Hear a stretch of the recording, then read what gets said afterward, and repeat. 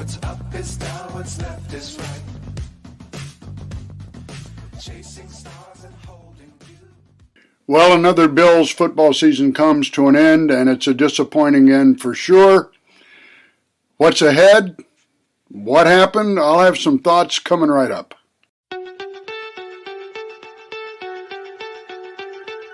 Welcome to the Ed Kilgore Show, and I've been around a long time. I've seen a lot. I did the Bills Jim Kelly show for 9 years, and heck, I'm old enough I did the Lou Saban show for a couple of years. So how's that for going back? The Chuck Knox show. So I've seen a lot of coaches and general managers and even ownership change as it goes.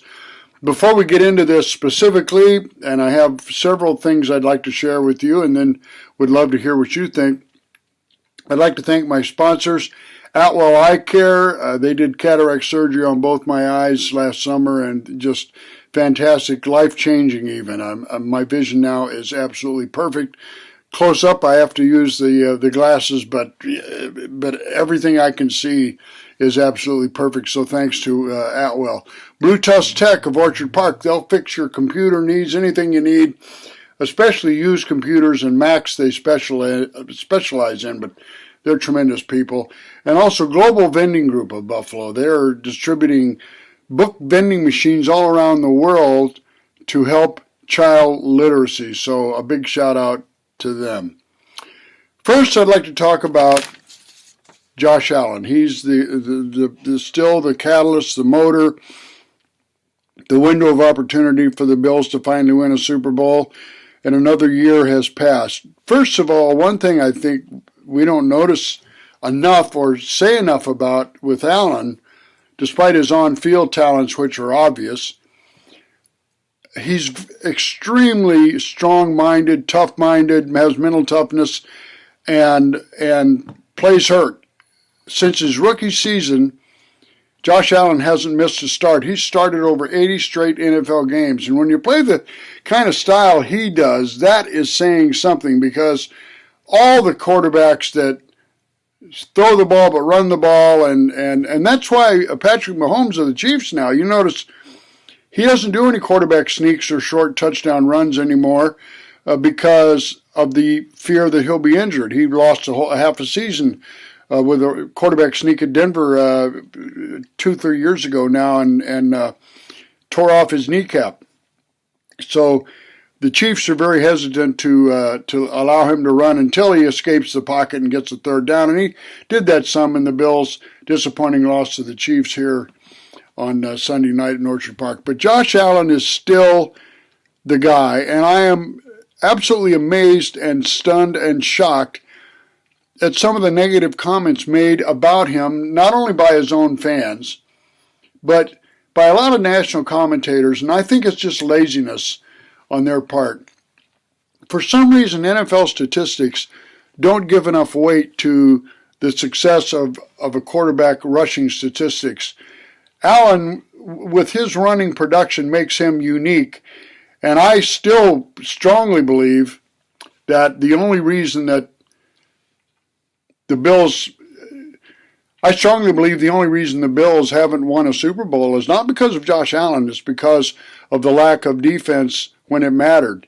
In the 6 losses, 3 of the losses, Allen left the field with the lead late in the game, and the Bills' defense just couldn't hold it. And that's why it was so disappointing in the Kansas City playoff game, because there were a lot of injuries in the linebacker area and even a cornerback, but the defensive line just disappeared. Oliver, where were you? Von Miller actually showed up a couple plays, but back to Allen and, of course, offensive coordinator Joe Brady. I think they have a nice thing going here, and I think that's going to continue. I think the Bills should immediately remove the interim tag from Brady, make him the offensive coordinator. He works well with Josh. Their attack plan against the Chiefs was absolutely brilliant, in my opinion. They kept the ball for 38 minutes. They kept it away from the Chiefs' offense, which suddenly out of nowhere blossomed. They had not played that well offensively all year long, and all of a sudden they have some young receivers come up with some big catches. Mahomes made a lot of good plays. The Bills Mafia crowd didn't faze him in the least. And again, the failure of the defensive line to muster much pressure. Greg Rousseau did about as good a job as anybody up there, but it's a shame because GM Brandon Beane has spent a lot of time and effort trying to build a very formidable defensive line that he can rotate freshly in and out, and they just did not get the job done, much like the painful loss to the Bengals a year ago in the conference playoff game where they just could not get any kind of a heat on Joe Burrow, and he just picked the Bills' secondary apart.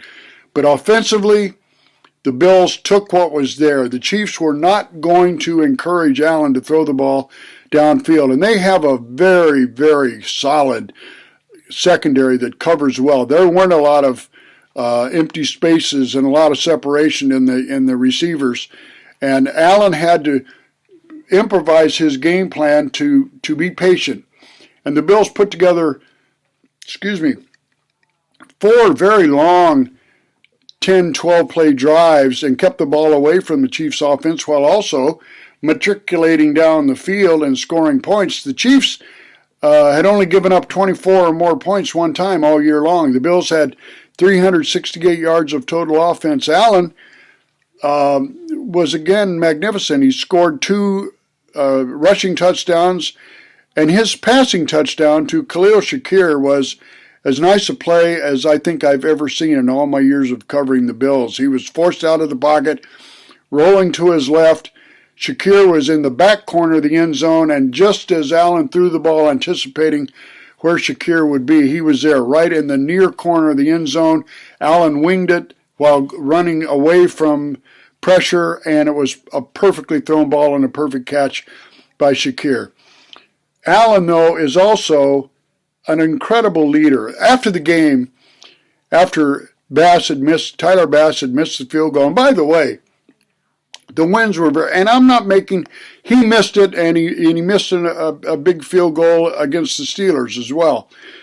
But the winds were blowing, the wind was with him on that kick, not against him, as some people say, but it was also blowing very strongly left to right, and he just did not allow for the wind. He thought he could kick through it, and the wind helped take it. I'm not saying that was the total reason he missed it, but he missed it, and it cost the Bills a chance to go to overtime.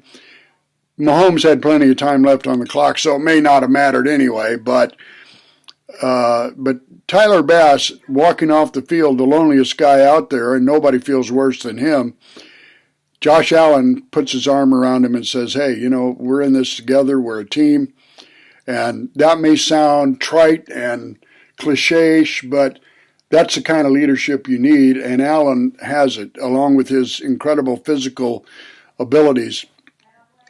The ball he threw to Diggs that could have changed the game in the fourth quarter, he threw 65 yards in the air, and Diggs had his man beat and just couldn't hang on to it. You pay a guy like Stephon Diggs many millions to make plays like that, especially in a big game, in a conference playoff game, and he didn't make the catch. And he fumbled on the very first play of the game. The Bills luckily recovered, but getting back to Allen, so the last several games when the Bills were putting on a winning drive to finally make the playoffs and get the second seed, Allen basically was working without a true number one receiver. Khalil Shakir had as many catches and yards over the last 10 games as Diggs did, with far, far fewer opportunities and targets. And Khalil also has 0 drops. Here's another thing. Late in the game, when a lot of people are saying, well, Allen had Diggs in a little drag pattern across the middle there, he easily could have gotten the first down, and instead he went for broke and threw it to the end zone. Shakir was open, and he missed him, but he was hit just as he threw the ball. I mean, 1 split second, and that's probably a touchdown, and the Bills go on to Baltimore. But it didn't happen, and once again, Mahomes gets all the credit.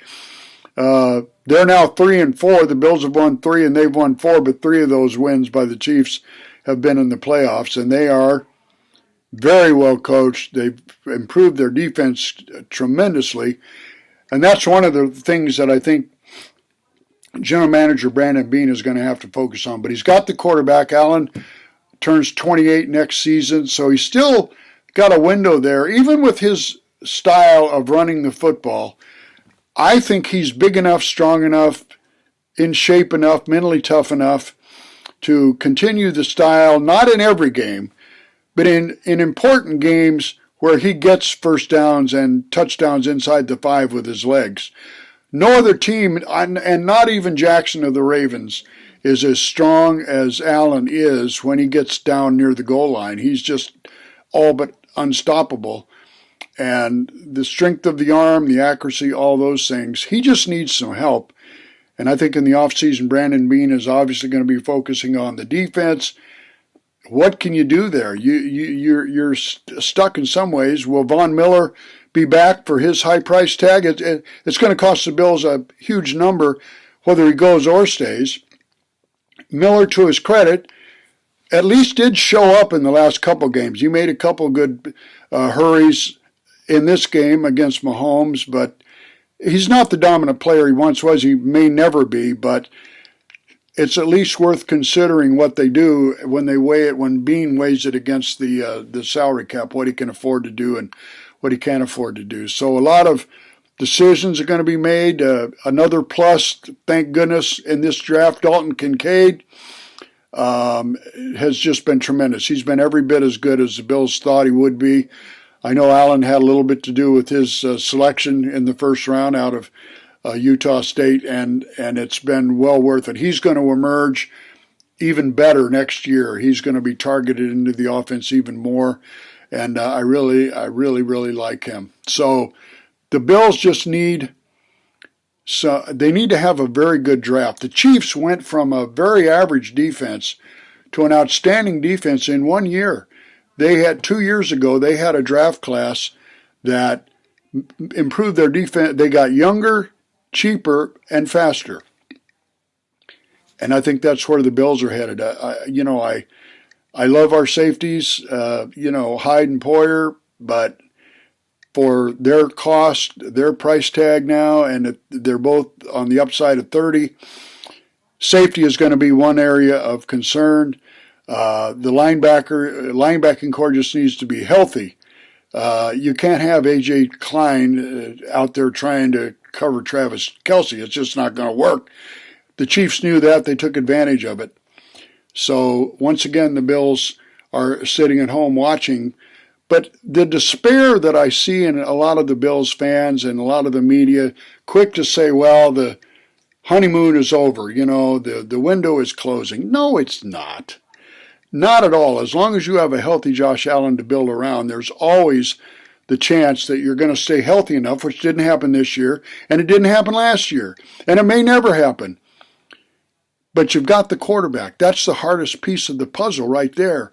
Notice all the teams standing now have quarterbacks. And I mean, not like Tua Tagovailoa quarterbacks. I mean like really game-changing franchise-type quarterbacks. And once they're past their rookie deals, then it becomes tougher because you have to do a lot of salary restructuring. And Brandon Beane is a master at that, and I think the Bills are going to do that. But the bottom line here is this season was, to me, with all its ups and downs and disappointments, there were some great plays made, not just by Allen, but by defensively and special teams wise. Just watching the Bills play, a lot of people may not realize this, but the Bills are among the top 2 or 3 most popular teams in the world, not just in the United States. I know my son-in-law lives in Scotland with my daughter, and in this little town, they live just outside of Edinburgh, Scotland, in a little town called East Linton. And that town is full of Bills fans. There, you see Bills gear in Scotland all over the place. Same way in several other countries. I think a lot of Bills fans don't realize just what an exciting, fun team to watch they have. They're such an obsession. You've got to win the Super Bowl or you're a failure. All this is a participation trophy. That's a bunch of bull. It's hard to win a Super Bowl. You have to have a lot of things go right, and it's really hard to get in position to win a Super Bowl. And that brings me back to Sean McDermott, who has taken a lot of heat this year, a lot of it deserved. You want him to be a risk taker. Well, he was. He pulled a fake punt on a 4th and 5 from his own 30-yard line. And I remember at the time I thought, what is he doing? Because the play just blew up, even though the Chiefs only had 10 men out there, and the Bills tried to take advantage of it. But to me, that's a sign that McDermott is growing. He's understanding that sometimes risk is involved. It didn't work out this time, but it could have changed the game right there. And McDermott saw the flow of this game. The Chiefs were, I hate to say this, but I truly believe they were the better team through most of the night. And had it not been for that fumble out of the end zone, the game would have been over right there. But the Bills, to their credit, hung in there. And McDermott is the reason that this culture is here, able to get a Von Miller. Yeah, they threw the dice, and he got hurt. And that happens. There are no guarantees in the NFL. And so the Bills took the chance. It didn't work. They may not ever hire somebody again or go out and grab somebody like Miller again, but they took the shot. And McDermott, I think, is becoming more and more less risk averse than he has been, and understands that sometimes with risk there is reward.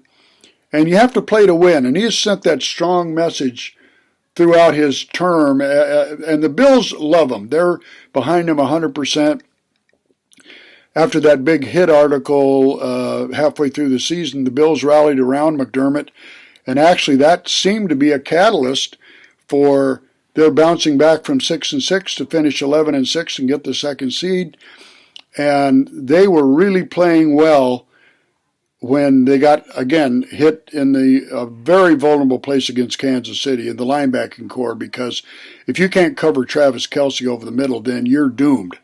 And the Bills' defense didn't rise to the occasion. But overall, the offensive line stayed healthy all year. The only question mark there might be the center, Mitch Morse, a Mizzou guy, by the way.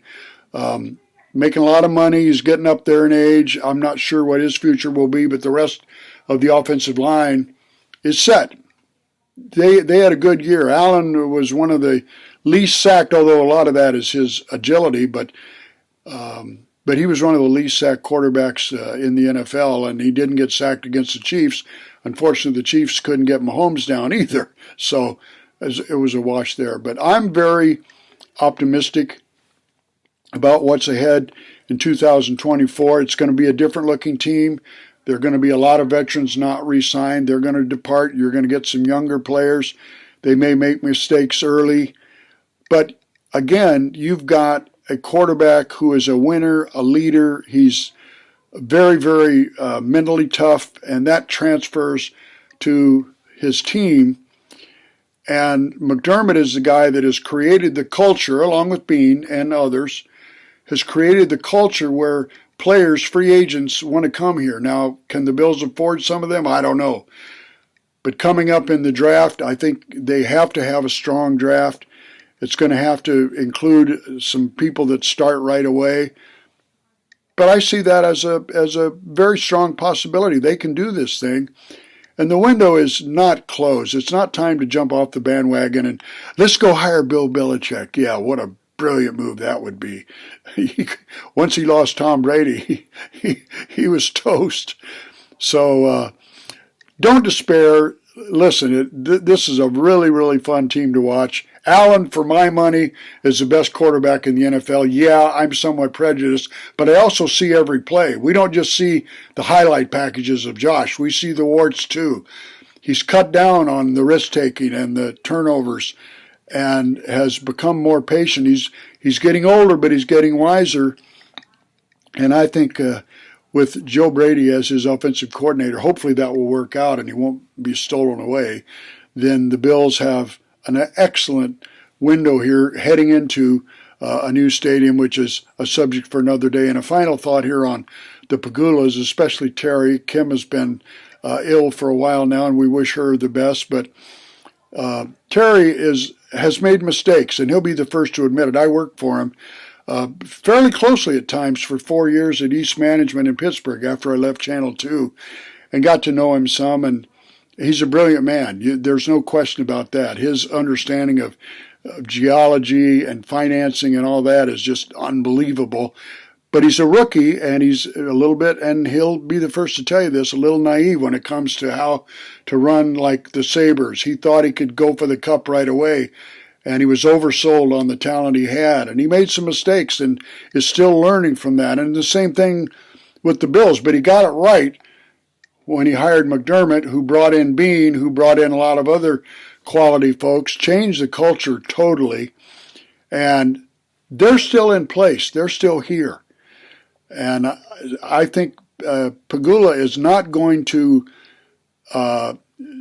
abstain his duty of paying the big bucks to restructure contracts. It's not going to happen. Ralph Wilson rests his soul, and I love the guy. But the Bills lost some good players because of his inability to want to overspend, and Terry is not like that. He's judicious with his finances, that's for sure. But he wants to win as much or more than anybody, and I think the Bills are in good hands with his ownership and the leadership at the general manager and head coaching spots. So hope you have a nice 2024, and I personally can't wait for training camp.